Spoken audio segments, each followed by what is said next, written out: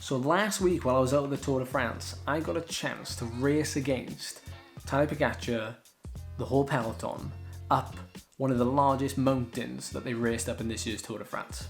The 26-kilometer Col de la Loze. I mean, when I say I raced up it, I mean, what I basically did was I set a Strava time the day before to see if they could beat it the day after. I had this idea from Dan Lloyd on GCN, who did a video a couple of weeks ago where he took the Strava KOM on a short climb in northern France and see if the pros would smash it. Of course they did. So I was under no illusion that going for a much longer climb would probably yield similar results. Now obviously this video is for entertainment purposes and I in no way, shape or form think that I should be in the Tour de France. In fact, it definitely puts you in your place when you see just how fast these guys are climbing, especially 3 weeks in to the Tour. So this is Bride-le-Bain and this is where the Tour will be coming through. The segment starts just up here. I took the KOM the day before on the Col de la Loze in 1 hour 14 minutes. Now the 6% climb tops out at 2,300 meters. Now I come from a small town and I live at 10 meters above sea level all year. So when I climb that high, it's like breathing through a straw. Okay, here's the start. Let's go. Now the question would be, how much would the Tour de France pros beat that time? Or how much would Tadej Pogacar beat that time?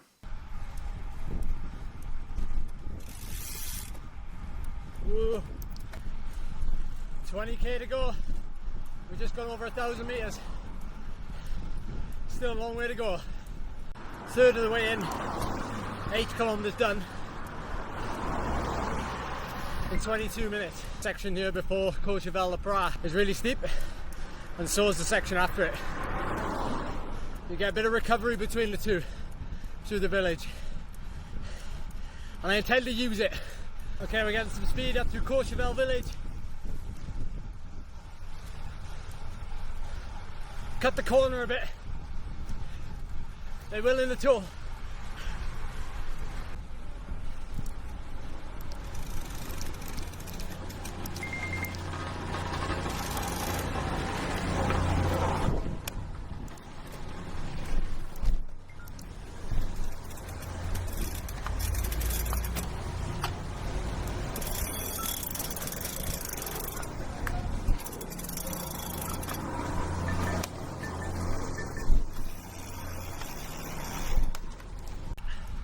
"12 kilometers to go." There's so much construction work going on all over this mountain. We're now climbing at 25 kilometers an hour. There's lots of little plateaus now from here to the top. So I'm gonna really push myself between them. But the altitude is starting to get to me now. 1,600 meters above sea level. Look at all these campers though.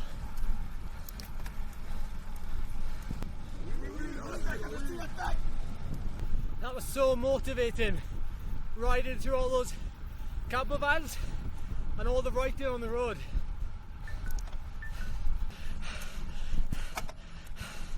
"5k to go and we're at 2,000 meters.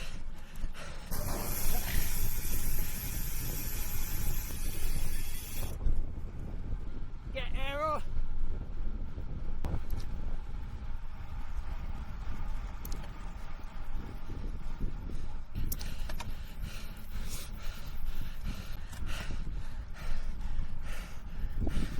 Make it end.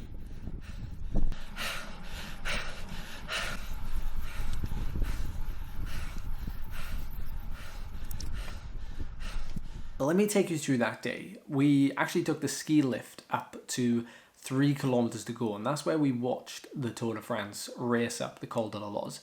And we were watching it on somebody's phone the whole time to kind of track where they were. And I was looking at the graphics on the screen, like the speed and the gradient. I know it's not totally accurate, but I was looking at it and I was thinking, ooh, we're doing like roughly the same speed. That's pretty cool. But knowing that, you know, they're not really racing yet. They're still using domestiques, they're still pacing, they're just riding at a reasonably hard pace, and the big guys are just waiting to do the damage. Now, to put it into perspective, these guys raced over the Col de Glandon and the Col de la Madeleine. Both climbs are around 20 kilometers long, and then they were going to race up the Col de la Loze. When I looked at Oscar Onley's effort, it took him about 4 hours of racing to get to the bottom of the Loze and around 4,000 kilojoules of work. Each of those climbs that they did prior to the Loze were ridden in around about 50 minutes at 350 watts. And the speed at which they were climbing, which is often measured in VAM, was over 1,500. In fact, on the Madeleine, it was over 1,600. And these are top tier level climbing speeds. Like, okay, they're not fully racing yet, but the fact they're just riding up these mountains and not even racing fully yet, that's fast. So let's cut straight to the chase then. What did the elite guys do? Well, they did it in 1 hour, 7 minutes. So 7 minutes faster than my time. And I think something like 16 seconds per kilometer faster. And looking at Oscar Onley's ride, because he has the power data on there and everything, his VAM was 1,500 for this final climb. And mine was just shy of 1,400. So throughout the climb, they were gradually chipping away and taking time virtually the whole way up the climb, which is what you'd expect. So while I was watching the race, I realised that the race was actually going up a slightly different route to what I did. Maybe 200 metres less of riding. They cut through a village and they just missed the section that I ended up doing. It doesn't really change anything, but it does mean that I actually keep the KOM on the segment because they've done a slightly different segment. Just for a bit of fun, I thought I would take my Étape de Tour data and power numbers and overlay it with the effort that Oscar Onley did on that day. You know, there is no comparison at all, but for entertainment purposes, I'm going to do a little comparison nonetheless. So in the Étape de Tour, we did technically 2 major climbs, the Saisies and then the Prix, which leads to the top of the Commet de Roseland, before we got to the final climb of La Plagne. Now, if we take both of those climbs, they took on average like 40 minutes to do. And my VAM for those climbs on average was about 1,400. Now, the final climb to La Plagne was about an hour, and it's where I actually started to fade off. And I want to do a comparison here because it really emphasizes the difference.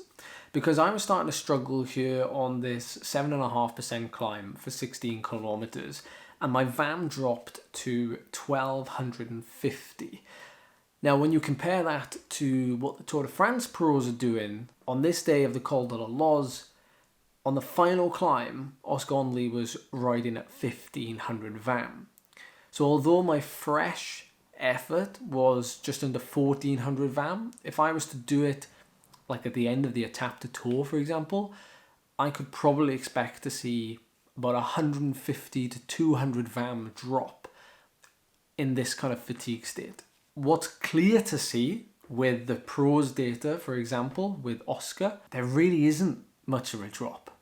He's climbing the Col de la Madeleine, yes, in the group, but at 1,600 VAM, and when he gets to the Loze, he's still climbing at 1,500, 1,600 VAM. And when I reached the bottom of La Plagne and my VAM dropped, I was on about 3,400 kilojoules.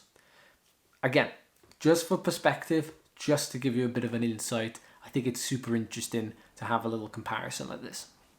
If I actually look at the Strava segment that they did, and you slot my time in there, I might have just slipped inside the top 10. Might. But obviously, not all of those pros that finish in the top 20 have uploaded to Strava.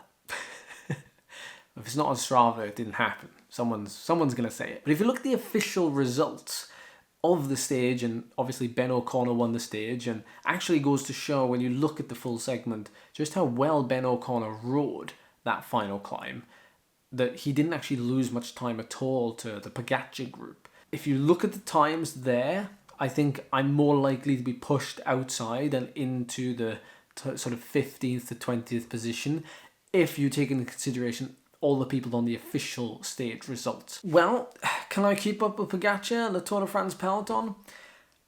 Of course not. But riding the Col de la Loze the day before the Tour made it all the more special and made me just appreciate what they do a lot more. One day, one climb, one KOM, and then the next day it's gone. Well, if we'd ridden the exact same road. So technically I still have the KOM. What I think makes this sport so cool, so unique, is that I was actually able to do that the day before and almost feel like I was in the Tour de France myself, with the people cheering on the side of the road, the campers out waiting, eating breakfast, ready for the Tour de France the next day, setting up their flags, painting the road. It's what makes the sport so unique. But who knows, next year maybe we'll follow the Tour de France and we'll do another climb the day before and see how that goes. I think it's super interesting to draw comparisons and to just highlight how amazing these athletes are, because sometimes chasing these legends is what really gets us going sometimes. Like being within touch and distance of them and having a chance to be on the same tarmac is incredible. So there we go, that's going to wrap up this video, everybody. I hope you enjoyed it. I hope it was fascinating, interesting, funny, whatever you want to call it. Thanks for your support on this little trip to France. I'll see you in the next video. Here we go.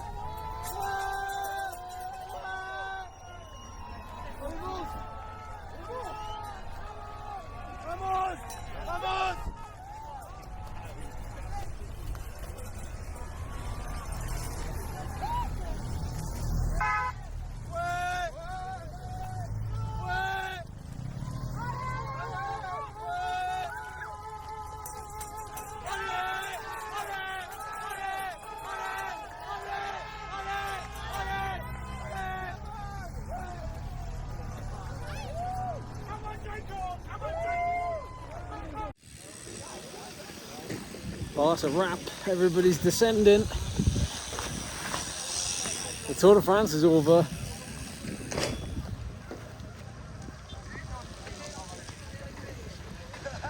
Everyone is escaping the mountain.